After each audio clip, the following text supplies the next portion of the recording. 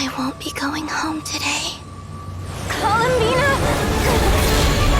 No!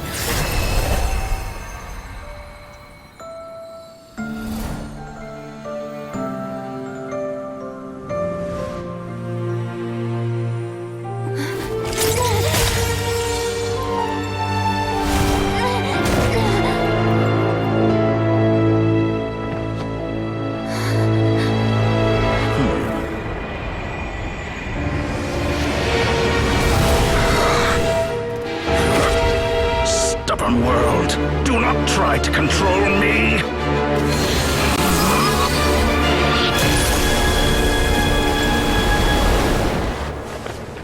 Columbina.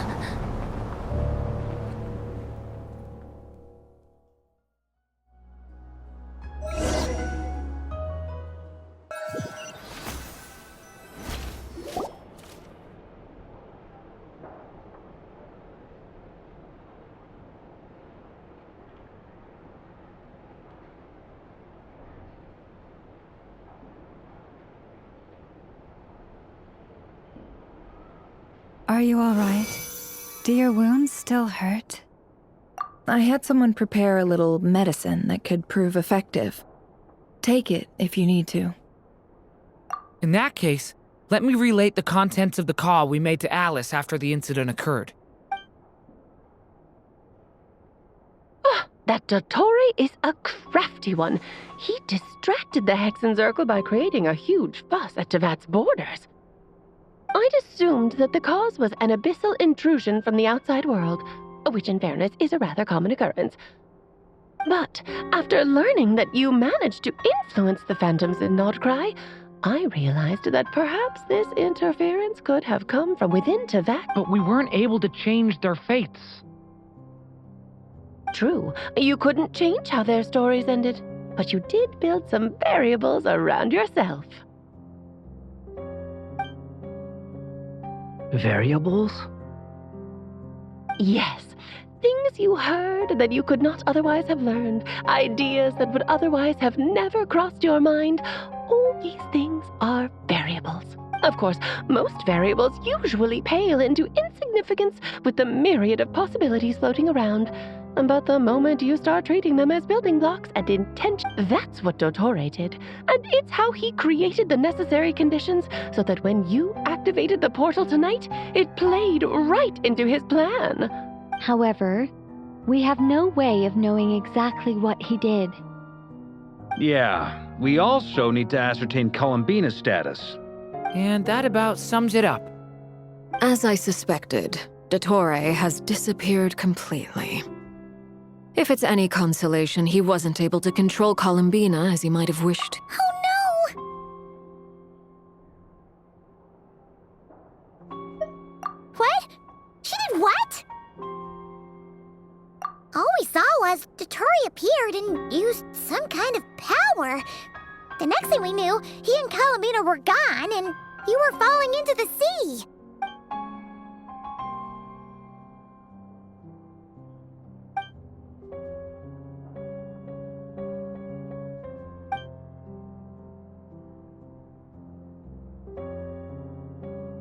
So, Columbina intentionally opened the Moon Gate and escaped into the same mysterious world as Rerir and Thalindis. Sounds like bad news.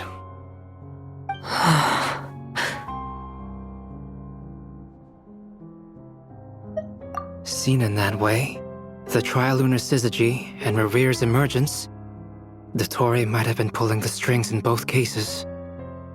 According to Miss Alice, he is attempting to transcend his destiny and finish an experiment that only a god might complete. An utter lunatic. Wait a sec, where's Hat Guy? Seems like he'd want to be here for this. He took off with a Dodo communication device after we spoke to Alice. He said he had a hunch that he wanted to investigate by himself. The look on his face was terrifying. I've never seen him like that before.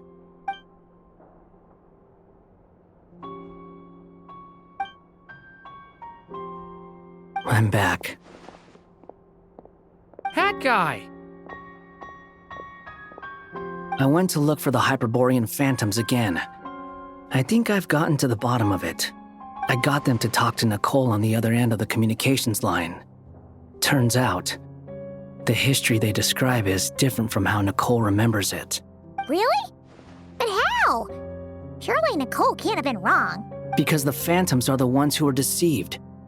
They speak of a savior who appeared in their history. One who never should have existed. This savior promised to create a new moon within the false sky, and even bring back their moon goddesses. Foolishly, they believed in him, and told him everything he wanted to know about the moons. It's obvious that this was Dottoro's doing. Now you mention it, the first time we entered the Hyperborean ruins, we heard the phantoms discussing their history, and I remember Nicole commenting that something sounded a little strange. But Dottore shouldn't have been able to get in there in the first place. He didn't. Nicole said that this was an anomalous state triggered by disruptions in the causal connections between phantoms from the same era. The variables that Dottore put in place were substantial enough that they even affected phantoms that he never met. So it's not that their memories were unclear. They'd been tampered with. That's exactly the possibility Dottore was trying to manufacture. He turned these variables into knowledge and engineered the situation so all that knowledge would fall into his hands. Then, he harnessed that knowledge on Moon Prayer Night to truly create a false moon. How is that even possible? To be precise, he exploited a weakness in the way the spell works. The spell senses Kuvaki to detect the moon's location. So, as long as the false moon more strongly resembled a moon than the frost moon beyond the skies, the gate would teleport Columbina to the false moon's location. In other words, to Dottore's side. Once he had her under control, the teleportation spell remained active, and he manipulated her power to seize both moon marrows. At that moment, the moon marrows disappeared right before our eyes. It was already too late, even as we were leaving the ruins. By then, Dottore had already amassed the power of all 3 moons. So, where does that leave us? What do we do now? I'd certainly like to know what Her Majesty thinks, now that the concerns I expressed to her have come to pass. But we cannot simply sit and wait for her to decide the matter. And in any case, it is not the Fatui Harbinger Damselette who sees us as her friends, but rather Columbina Hyposelenia. If, even in such extreme circumstances, Her Majesty will not lift the prohibition on Harbingers drawing steel against one another, then I will do as my heart demands. I will fight as Peruware instead. Oh, Arlecchino! Time is short, so I'll make the first move.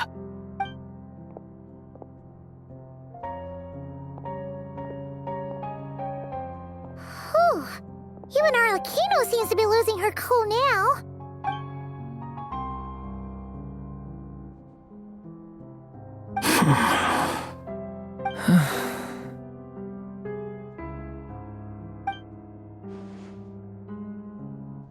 All right. Lose those dejected looks for a moment and let me get a word in. It looks bad, I won't lie. Very bad, in fact. So Dottore's pulled some real dirty tricks to gain the upper hand. For now. And yeah, it's to the point where even the mages say that his variables have affected destiny. I'm not so sure, though. Many have told me that Tevat's destiny is fixed, and that does appear to be the case. Well, what makes Dottore so sure he'll be the exception?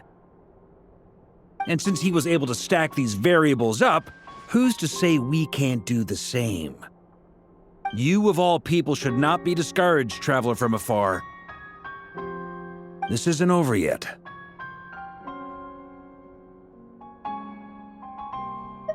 And you're not alone in that. Everyone here does, whether they've spoken thus far or not. But none of us are the type to sit back and wait for the sun to shine again. That's exactly how a knight should roll. If they knock you down, you get back up and get back in it.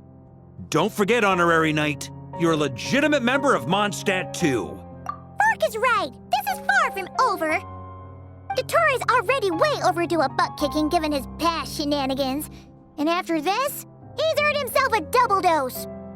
That's what I'm talking about! How's everyone else feeling? I'll use Kuvaki to investigate Columbina's whereabouts. I am not ready to give up either.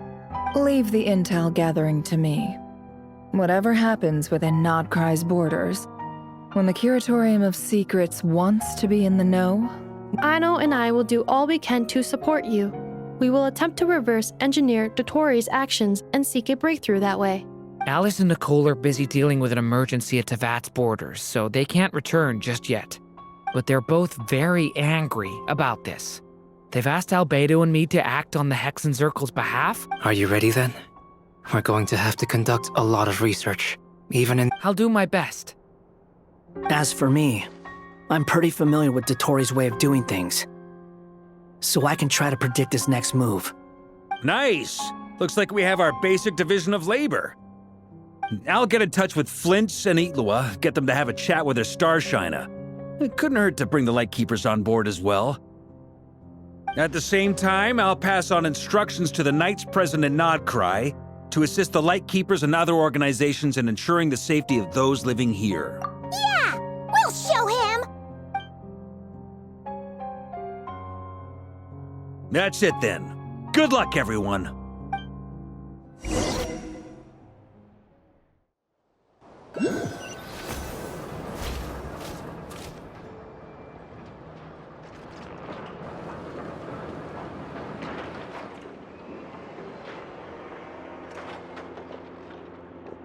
I never thought that Columbina would become my real name. It went from being a Fatui code name to something my friends call me. And remember, come night or day, the moonlight shall always connect us.